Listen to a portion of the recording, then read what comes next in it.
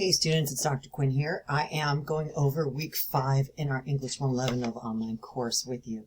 Note, I am in the middle of the syllabus right now, and I'm inside the course pacing schedule, so you can see it. I did update it about 2 weeks ago, just with a couple of little things moved around here and there.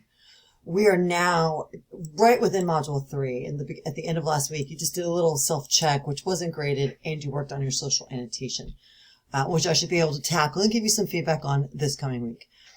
As I'm giving you feedback on the end of week 4 content, you are starting week 5 content. You've got 2 small assignments due by Wednesday, so pace yourself, of course, and then you have 2 assignments that are due on Sunday. No full drafts yet, but all pre-writing assignments that are gearing you towards that. So let's take a look at what's due Wednesday first. That's the brainstorm and the graphic organizer. And you'll notice that we've done some brainstorming before, so the techniques shouldn't be too unfamiliar to you, or they should be fairly familiar to you. So now I'm in Module 3, which of course started around June 9th, and you can see that the brainstorming, the analysis essay is right here.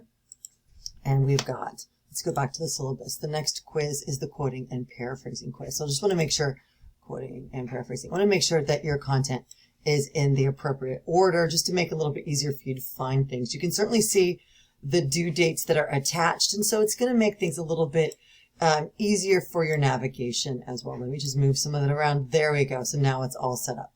So we're going into the brainstorm, and this is what's due on Wednesday. You can look for possible articles through the All Sides website. You're going to be studying bias in 2 articles. You'll find your own to investigate for bias. After doing that, you're going to brainstorm and begin connecting your ideas. Okay, so find an article published, these are the rules, within the last 30 days. The article must show evidence of at least 3 of those 16 types of bias. And if we click on that and we take a look at these types of bias from the All Sides website, which is a really nicely functional website, you'll see it talks about how to spot different types of bias from spin or slant or being sensational or what they don't say or where the story is placed within the publication. Is it on the front page, dead center with gigantic font, or is it buried in a subsection in the last part of that subsection as you have to scroll down? Do they edit the images? Do they have, do they try to read the minds and not just report on the action? So you'll be able to go through all of that. And then, of course, take a look at the 29-second video below, which is this link right here. You can also look at media bias rankings and look at the biases in relation to certain publications. Okay, we've got brainstorming options under academic writing tips. You want to take a look at that. If you have a whiteboard or lined paper, you can use it. You can take photos of what you've done for that.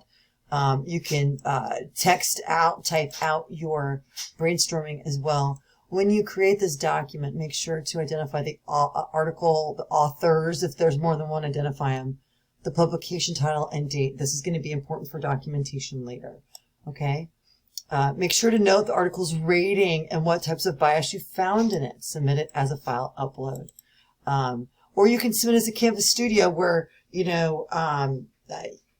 you're moving, maybe you have the tab of the article here and you've got your notes up and you can share all of that. You've practiced using that recording software, so it should be much easier for you to navigate now.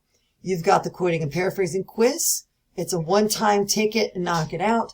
That's what's due by Wednesday. And then what's due by Sunday is the genre, audience, and tone assignment and your graphic organizer. So let's take a quick peek on what's due on Sunday. Okay. Before you get started, you can see the differences in different journalism genres, like what is like a news report versus an op-ed, for example. Who's the audience for news from the University of Minnesota Libraries? How do we determine audience? Filter bubbles and language and tone.